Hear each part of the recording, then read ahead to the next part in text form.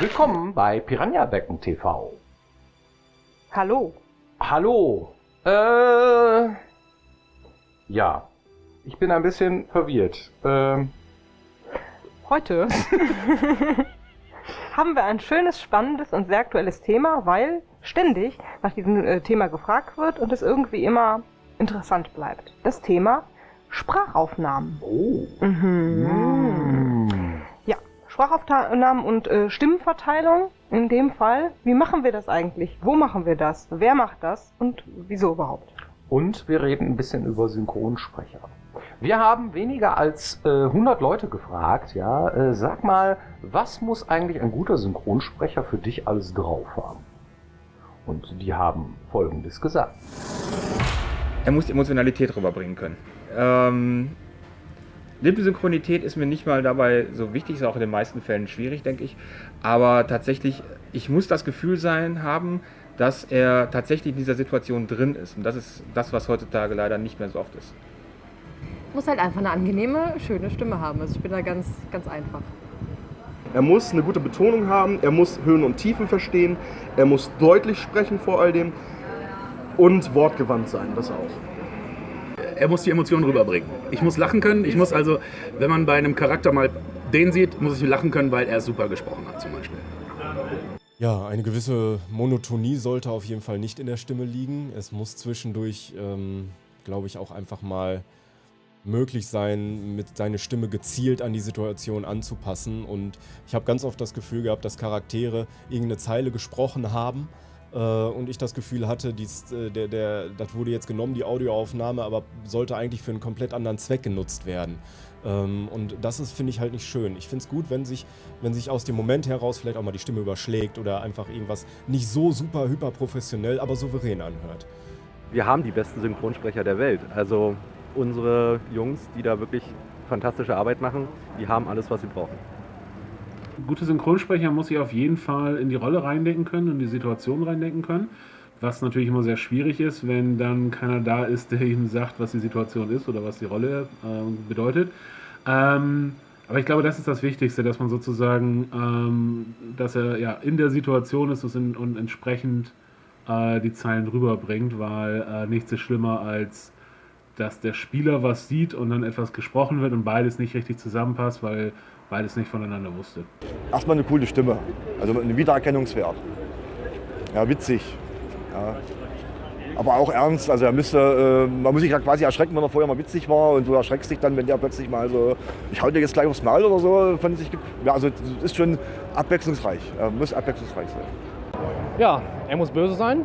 Also ich muss wissen, ob der böse sein kann, ob der lieb sein kann, ob der also zweideutig sein kann. Also das ist, glaube ich, eher, die Zweideutigkeit ist heutzutage wichtig, weil das wäre ein Spiel langweilig, wenn nur alles ernst genommen wird oder irgendwie. Man sollte es nicht alles zu ernst nehmen, aber das soll halt ein bisschen Spaß machen. Deswegen, er sollte rau sein, er sollte von allem was haben. Aber man sucht sich ja die Leute aus, wenn man Synchronsprecher haben möchte. Ja, also ein guter Synchronsprecher muss einfach mit Herz und Seele die Rolle sprechen, in einer Art und Weise, wie sie mich fühlen lässt. Da kommst du jetzt auf den Punkt, weil ich bin ja jetzt mittlerweile ausgebildeter Synchronsprecher. Ich habe schon in einer Radiosendung jetzt mitgesprochen zu Fallout 76. Ich bin da ein Charakter. Das hat mich sehr gefreut. Aber einen guten Synchronsprecher macht aus, dass er, würde ich sagen, erstmal zur Rolle passt. Er muss jetzt nicht gut oder schlecht, also die Stimme muss nicht gut oder schlecht sein, sondern es muss halt wirklich glaubwürdig auf die Rolle passen. Weil wenn du jetzt so einen Zwerg hast, der spricht dich da so an, ne? Oder umgekehrt so ein großer Hühne mit einer Fistelstimme, dann glaube ich das nicht. Ja, viel Charakter rüberbringen, ne? Im Charakter sein, also Emotionen rüberbringen, so ein Zeug und so weiter. Aber für uns ist in erster Linie erstmal, wenn wir die ganzen Dinge geschrieben haben, erstmal wichtig, wer ist denn jetzt was und welcher Sprecher und wie funktioniert denn das alles? Ne? Ja. Also erstmal war das Wort. Erstmal war das Wort. Das heißt, wir schreiben erstmal unheimlich viele Wörter, die gesprochen werden sollen. Was soll gesprochen werden? Also nicht die Sachen, die man irgendwie lesen kann, sondern die Sachen, die jemand sagt im Spiel. Also so ein NPC zum Beispiel. Das heißt, wir haben nicht hier im Haus irgendwelche Leute sitzen, die im Mikro sitzen, hier bei uns irgendwo im Studio und die Dinge aufnehmen, sondern wir geben das natürlich weiter an ein Studio mit professionellen Sprechern. Das sind meistens Schauspieler oder irgendwelche gelernte Leute, die das auch können. Ne? Wir können das nur bedingt. Bei uns wird sich das nicht gut anhören. Wahrscheinlich. Das ist auch immer so ein Thema, ne? Ja. Es gibt sehr viele Leute, die uns anschreiben und fragen, kann ich denn nicht eine kleine Rolle bei euch vielleicht mal im Spiel sprechen? Ich mache das auch umsonst und so. Ja. Und denen müssen wir dann immer sagen, nee, so funktioniert das nicht. Und warum nicht, versuchen wir euch heute mal zu erklären. Denn dass solche Synchronsprecher und Schauspieler eine mehrjährigere Ausbildung machen, um das zu können, macht durchaus Sinn. Ne? Es gibt zum Beispiel hier der Michael Lott zum Beispiel hat bei Elex unseren Hauptdarsteller gesprochen. Er ist Schauspieler und macht sehr viele verschiedene Dinge, ist ausgebildet. Und der Typ, der ist so geil, den stellst du in so einen Raum und der braucht fast für jeden Satz nur einen Take. Und dann sitzt er. Ja. Weil der so gut betont, weil der so gut spricht, weil der so gut auf den Punkt ist, dass du dann in der Regel nicht nochmal aufnehmen musst. Und dann spart man natürlich eine Menge Zeit, weil, wie man sich vorstellen kann, hat gerade der Player unwahrscheinlich viele Sätze, die der sprechen muss. Ja. Ne? Einer unserer bekanntesten Sprecher, der uns auch sehr lange begleitet, hatten wir auch schon mal in der Trophybox, ist der Bodo Henkel, ja, der den Xardas früher gesprochen hat und auch immer mal wieder dabei ist und so weiter. Aber der spricht ja nicht nur den Xardas. Das heißt, der spricht auch zum Beispiel in einigen von unseren Spielen den Jack, den Leuchtturmwärter, der immer wieder vorkommt. Unser Running Gag, den wir haben. Den hat er auch schon mal gesprochen. Manchmal war es auch mal ein anderer Sprecher und so weiter. Wie kommt das zustande? Das heißt, wir schreiben erstmal, ja, wie viele Charaktere haben wir eigentlich im Spiel? Also wir haben 500 individuelle NPCs ungefähr, die in die Welt bevölkern. Bei Elex zum Beispiel. Bei Elex, ja. 300 Leute haben bei uns eine Sprechrolle und also NPCs und die müssen dann entsprechende Stimmen bekommen. Kommt ja auch drauf an, wo die sind. Wenn man draußen ist zum Beispiel, ne, draußen sind weniger Ambient-NPCs, in der Stadt rennen schon mal irgendwelche Typen rum. Da steht nur dran Berserker, Händler, irgendwie sowas. Das sind Ambient-NPCs. Und die Namen haben, die haben auch was zu sagen und davon haben wir ungefähr 300. Etwa. Ne? So. Das ist dann die Rolle. Ne?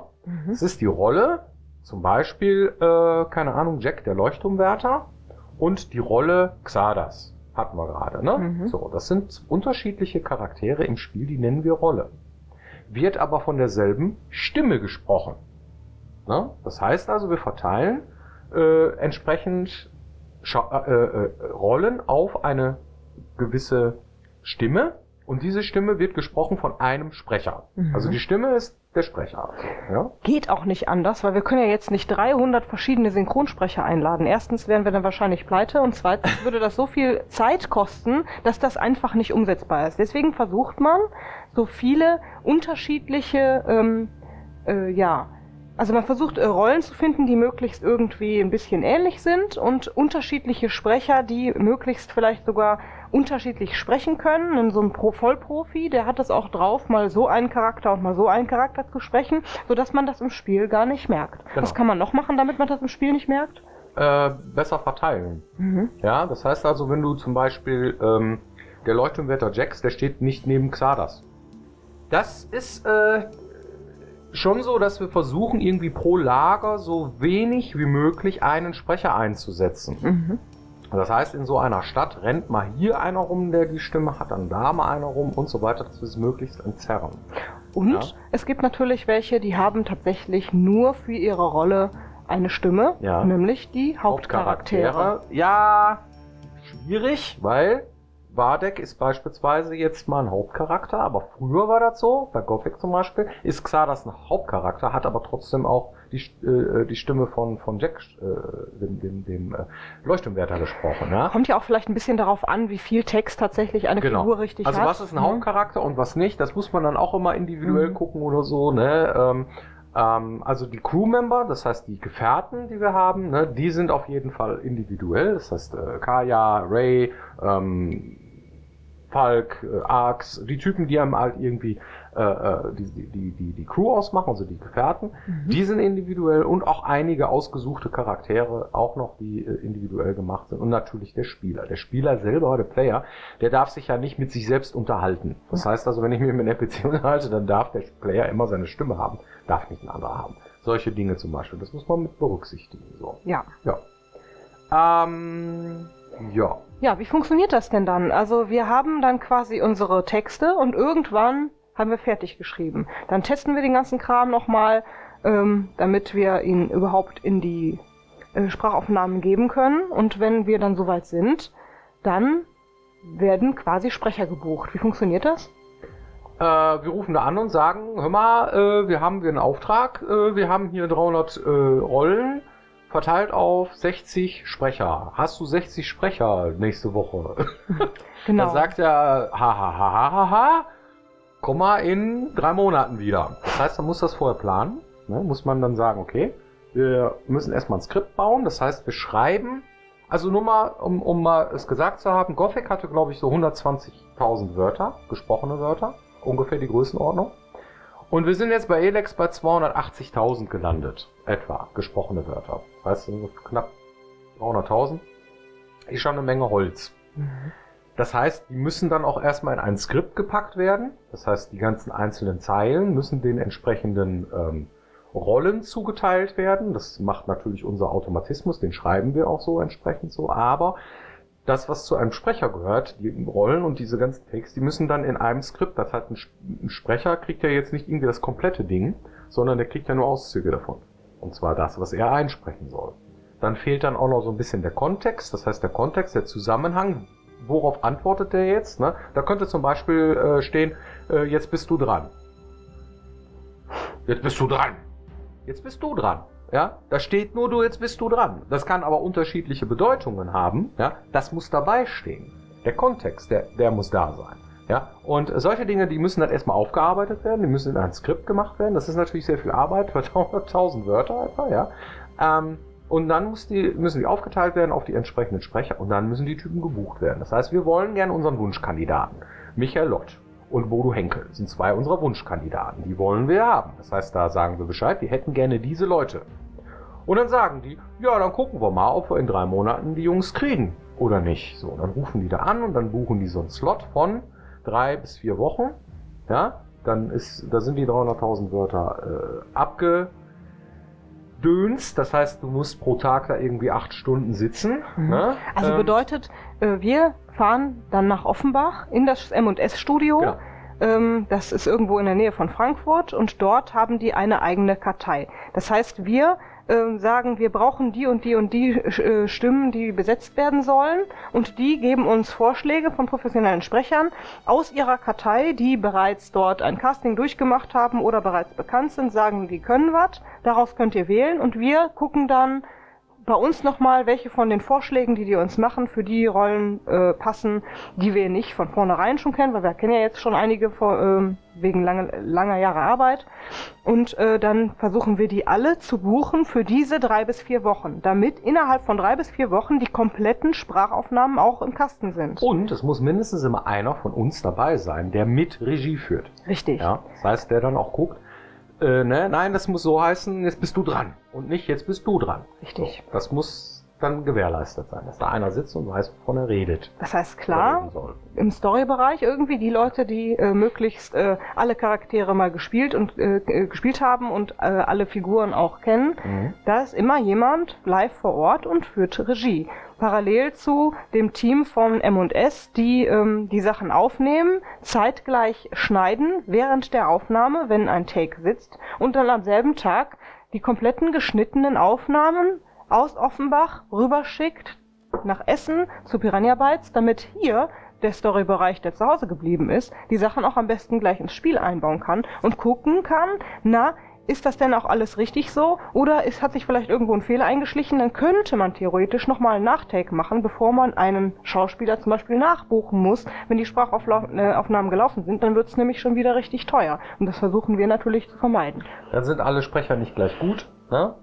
Und du sitzt auch irgendwie an einem Tag und hast da 4 verschiedene Typen manchmal, ne, die ihre Rollen sprechen sollen. Und ja, das ist natürlich schon sehr viel Holz irgendwie. Ne? Ja, was haben wir da noch? Gut, weil das so viel Aufwand ist, wissen wir auch ganz genau, was wir dann da schreiben, muss dann immer durch diese Prozedur durch. Also bemühen wir uns auch nicht zu schwafeln. Ja, manchmal möchte man gerne schwafeln. Es gibt Menschen, die möchten ganz gerne irgendwie viel Text vorgelesen haben oder erzählt haben in einem Spiel. Ja? Wir haben 300.000 Wörter etwa oder 280.000. Ich habe mal irgendwo gelesen, Witcher 3 hatte 450.000 Wörter gesprochen. Ne? Ja, das ist schon ein Riesending und so, ne? Aber die sind ja auch ein viel größerer Laden, sag ich jetzt mal.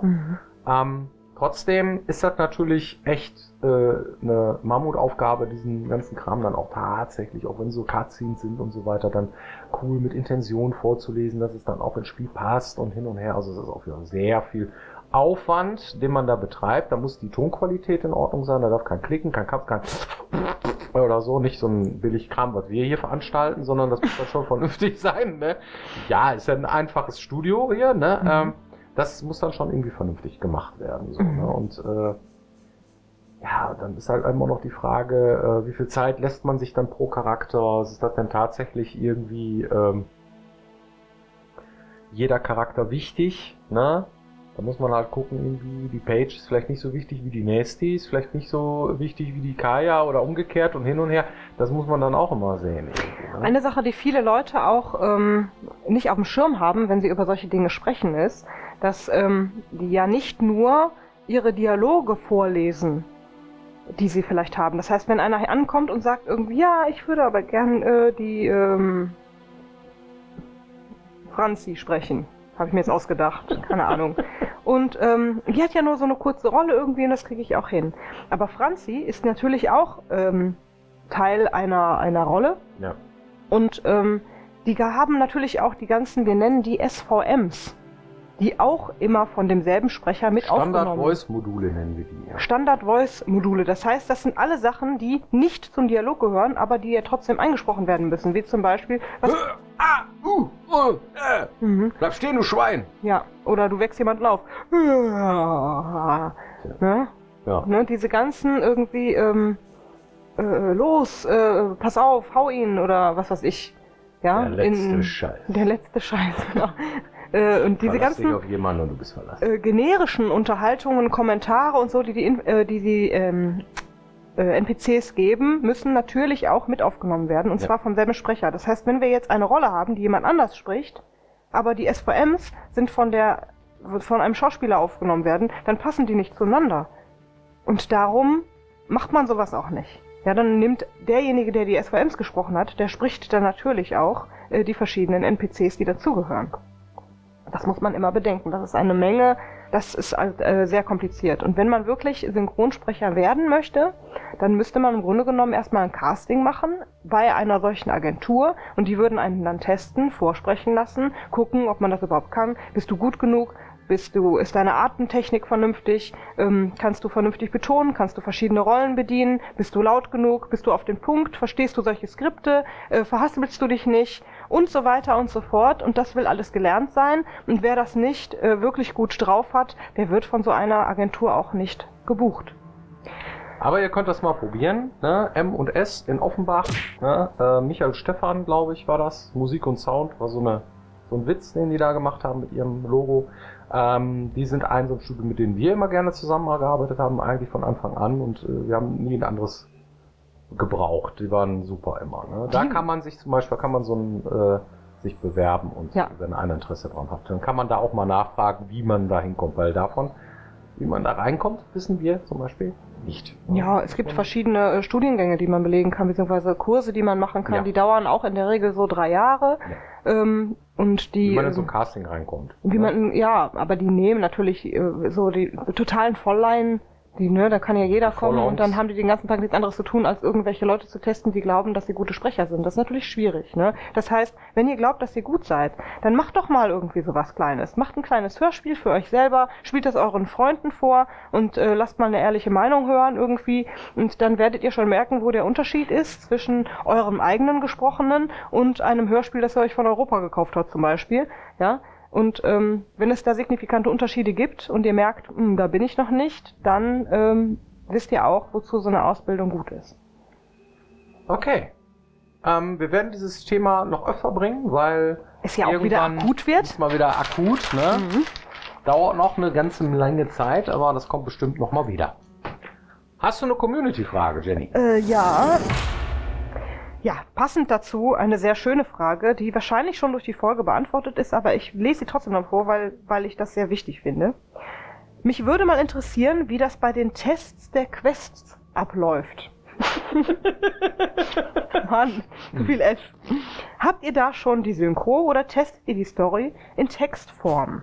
Um die Frage zu beantworten, selbstverständlich testen wir das vorher. Stellt euch mal vor, wir würden die Sachen in die Sprachaufnahme geben und hätten die vorher nicht getestet. Dann würde einem anschließend auffallen, oh, der Satz, der ist ja total kronkelig. Ja, oder also ne? das machen wir auf jeden Fall. Ja. Meistens immer ohne Text. Ne? Also die meiste Zeit testen wir ohne Sprache. Ne? Testen wir ohne Sprache.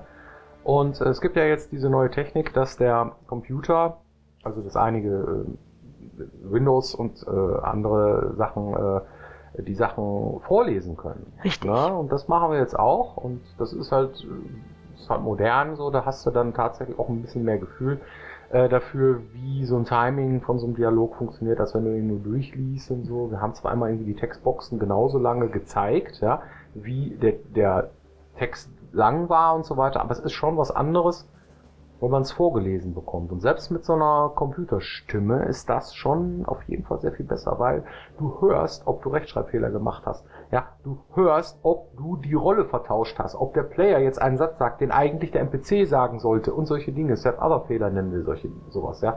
Das ist sehr viel besser wartbar, das Ganze, wenn der schon mal spricht.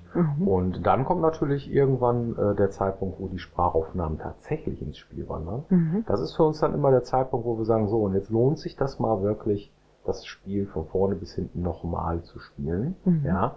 Und also weil halt die Sprachaufnahmen da sind und es ist schon echt sowas wie einer der fettesten Milestones, die wir so in so einem Projekt haben, wenn vor allem für uns Story-Pansel, sag ich mal, ne, wenn die Sprachaufnahmen reinkommen, dann so, oh Mann, das wird ja ein richtiges Spiel. So ein Gefühl macht sich da. Auf einmal haben die Charaktere irgendwie viel mehr Charakter und das Gefühl, ach geil, Ja. jetzt ist das ein richtiges Spiel. Ja. Ne? Also das Super. ist wirklich so.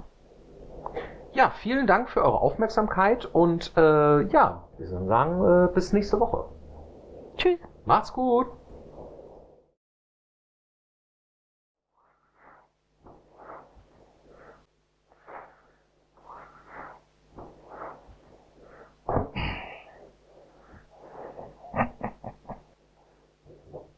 Schon klar.